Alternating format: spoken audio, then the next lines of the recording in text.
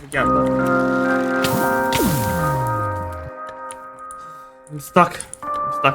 And there's nothing I can do. I'm right there from top 100, but I'm trapped. I have nothing. I literally have nothing. My only good game mode is Axe right now, and that's barely high 3 skill level, if even that, because I'm North American. I quit. I don't know what to do. I quit. But maybe it doesn't have to end this way. I have one more route I can take. See, in my previous video, my Nethpot test was done on the other tier list, not on Marlowe's. This means I don't have a testing cooldown for the mode, and I can get straight into another one. The one thing I've been missing in Nethpot is not my mechanics, but my game sense. See, I take pride in my mechanics. I have good aim, I have good crits, I know what to do, but this leads to me taking a more methodical approach to the game mode, making me never play aggressive and just wanting to outskill my opponent to slowly drain their armor durability. However, the problem with this is any form of aggression from my part could give me an even bigger advantage or even lead to some drops. So, therefore, before even testing in Nethpot, I had to learn the art of aggression.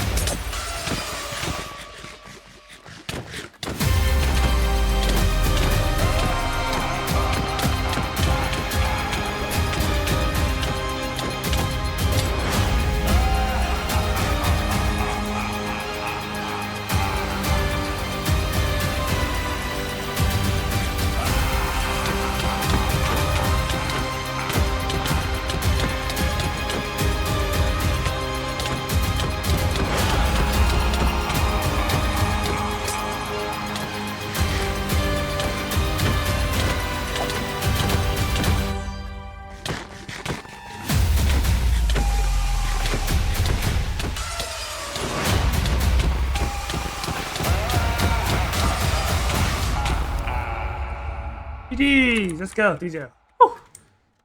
Let's go. HT3 time again in Nethpot for like the 6th time in a row. Let's go! Yes, time to get 4-0'd again. Woo! Aggression clearly worked out for my evaluation test, but I would really have to overperform in this next test. I have a history with this game mode, always sweeping my evaluation, then failing my HT3 miserably. On top of this, I was assigned a South American HT3 tester, which are known to be some of the best players in terms of Nethpot. I would also have to adapt to my opponent being on high ping, and would have to play on a server I rarely ever touch with Nethpot. But I can't give up, not again. I am determined to hit my goal this time.